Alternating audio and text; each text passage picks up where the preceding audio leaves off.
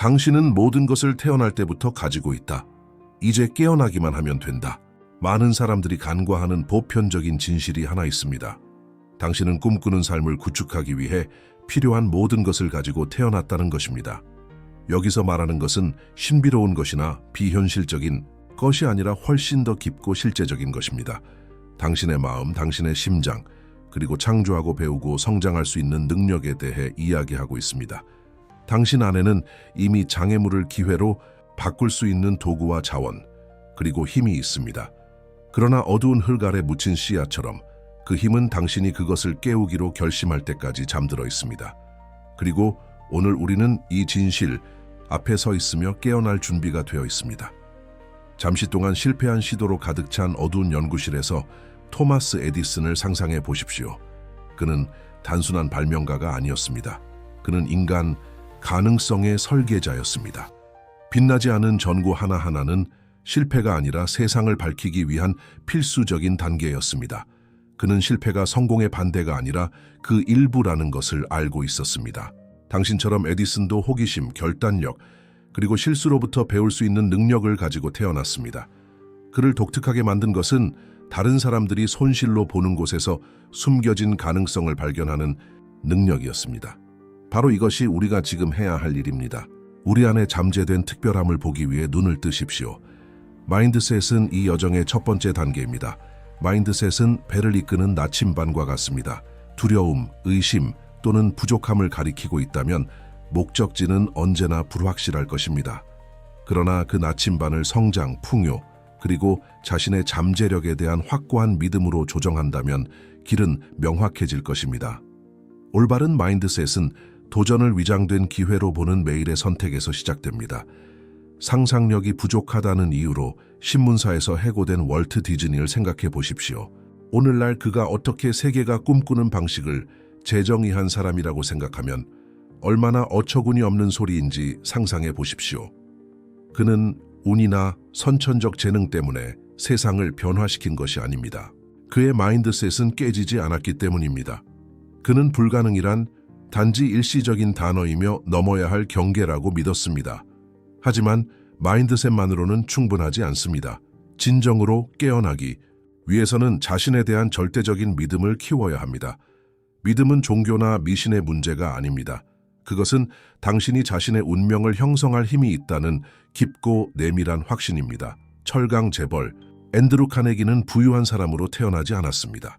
가난한 이민자의 아들로 공장에서 일하며 많은 사람들이 극복할 수 없을 것이라고 여길 어려움에 직면했습니다. 그럼에도 불구하고 그는 자신이 번영할 수 있다는 흔들리지 않는 믿음을 가지고 있었습니다. 그의 믿음은 순진하지 않았습니다. 전략적이었습니다. 그는 목적의식을 가지고 한 걸음 한 걸음 최종 목표에 가까워지고 있다고 알았습니다. 그리고 바로 이 믿음이 그를 단순히 자신을 위한 것이 아니라 수많은 세대를 영감으로 이끈 제국 건설로 이끌었습니다. 이런 자기에 대한 믿음은 명료함에 의해 뒷받침되어야 합니다. 명료함이 없다면 우리는 집중력을 잃고 산만한 바람에 휘둘리는 뗏목과 같습니다. 대량 생산이라는 비전으로 자동차 산업을 혁신한 헨리 포드를 생각해 보십시오. 그는 단순히 차를 만들지 않았습니다. 모두가 이동성을 누릴 수 있는 미래를 만드는 것이었습니다. 그의 명료함은 너무 강력해서 단순한 아이디어를 사회를 변화시키는 힘으로 전환할 수 있었습니다. 물론 그는 의심, 비판, 심지어 사보타주에도 직면했지만 목표에서 한눈을 팔지 않았습니다. 명료함은 행동을 인도하고 결정에 의미를 부여하는 등대입니다. 정확히 무엇을 원하는지 알게 되면 우주는 그것을 이루도록 도와줍니다. 그리고 비전이 있습니다. 비전은 단순히 미래를 꿈꾸는 것이 아니라 그것이 이미 존재하는 것처럼 생생하게 보는 것입니다. 수많은 역경을 극복한 에이브러햄 링컨은 통일되고 자유로운 미국에 대한 명확한 비전을 가지고 있었습니다. 현재가 혼돈과 전쟁 속에 빠져 있을 때조차도 그 미래를 떠올릴 수 있었습니다. 그의 비전은 가장 어두운 순간에도 그를 지탱했습니다. 그는 발전이 항상 직선적이지 않다는 것을 알고 있었습니다. 두 걸음 앞으로 나아가고 한 걸음 뒤로 물러나는 날도 있다는 것을. 하지만 그는 비전이 살아있는 한 결과는 피할 수 없다는 것도 알고 있었습니다. 비전은 추상적인 것을 구체적으로 바꾸는 연료입니다. 하지만 목적 없는 비전은 엔진 없는 자동차와 같습니다. 목적은 당신이 하는 일에 의미를 부여합니다. 무엇을 넘어선 왜입니다. 스티브 잡스는 기술 제품을 만들기 위해 애플을 만든 것이 아닙니다. 그는 세상을 바꾸기 위해 애플을 만들었습니다. 이 목적은 너무 강력해서 같은 비전과 열정을 공유하는 사람들을 끌어들였습니다. 당신이 자신의 목적을 찾으면 단순히 일하는 것이 아니라 삶을 살게 됩니다. 단순히 일을 완료하는 것이 아니라 자신보다 더 큰 무언가를 이루어내게 됩니다. 목적은 길이 힘들더라도 매일 새로운 에너지로 일어나게 만듭니다. 규율은 다음 단계이며 아마도 가장 어려운 부분일 것입니다. 몇 분, 몇 시간, 혹은 며칠 동안 동기를 느끼는 것은 쉽습니다. 그러나 규율은 동기가 사라졌을 때 당신의 여정을 유지하는 것입니다.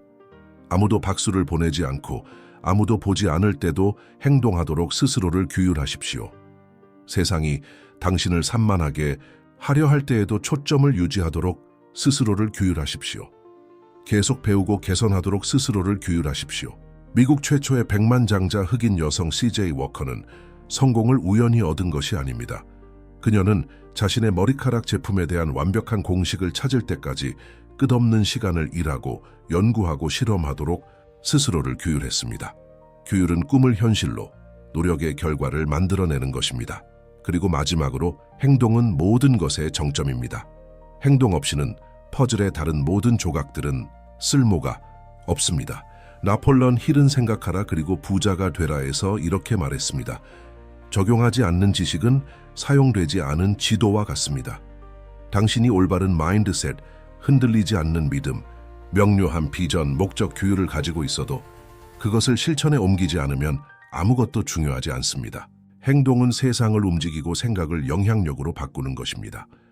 로사 파크스는 빛나는 아이디어 때문에 역사를 바꾼 것이 아닙니다. 그녀는 분리된 버스 좌석을 떠나지 않겠다는 용기를 통해 행동했습니다. 그녀의 행동은 수백만 명에게 영감을 주었고 시민권 운동을 가속화했습니다. 감사는 이러한 모든 자질이 피어나는 토양입니다. 감사할 때 당신이 이미 가지고 있는 것들의 가치를 인정하게 되고 더 많은 것을 받을 공간이 생깁니다. 감사는 단순한 느낌이 아닙니다. 그것은 태도이며 삶의 방식입니다. 가난과 학대 속에서 자란 오프라 윈프리는 자신의 성공의 많은 부분을 감사함으로 돌립니다. 그녀는 작은 승리, 배운 교훈, 그리고 자신의 길을 건넌 사람들에 대해 감사하는 법을 배웠습니다. 이 감사는 그녀의 마인드셋을 변화시키고 비전을 넓혔으며 회복 탄력성을 강화했습니다. 회복 탄력성은 세상이 당신을 무너뜨리려 할 때 당신을 서 있게 만드는 것입니다. 땅이 발밑에서 무너져 내릴 때에도 적응하고 새로워지고 계속 나아갈 수 있는 능력입니다. 넬슨 만델라는 27년 동안 혹독한 감옥에서 자유를 박탈당하고 비인간적인 환경에 처했습니다. 그러나 그는 희생자로 나오지 않았고 그의 회복 탄력성은 한 나라 전체를 고무시켰습니다. 그는 진정한 힘이 넘어지지 않는 것이 아니라 다시 일어서는 것임을 알고 있었습니다. 회복 탄력성은 역경을 발판으로 바꿉니다. 적응력은 끊임없이 변화하는 세상에서 번창하기 위한 열쇠입니다. 가장 성공적인 사람들은 변화에 저항하는 사람들이 아니라 변화를 성장의 기회로 받아들이는 사람들입니다. 제프 베조스는 아마존을 온라인 책 판매로 시작했지만 새로운 기술과 시장을 수용하기 위해 자신의 비전을 조정했습니다. 그는 성공이 하나의 아이디어에 집착하는 것이 아니라 지속적으로 발전하는 것임을 이해했습니다. 적응력은 시간의 파도를 항해하고 도전을 이점으로 바꾸는 데 도움을 줍니다. 마지막으로 지속적인 학습은 우리의 여정이 결코 끝나지 않게 만듭니다. 배움은 숨 쉬는 것과 같습니다. 없이는 성장할 수 없습니다. 역사상 가장 위대한 두뇌 중 한 명인 알버트 아인슈타인은 이렇게 말했습니다.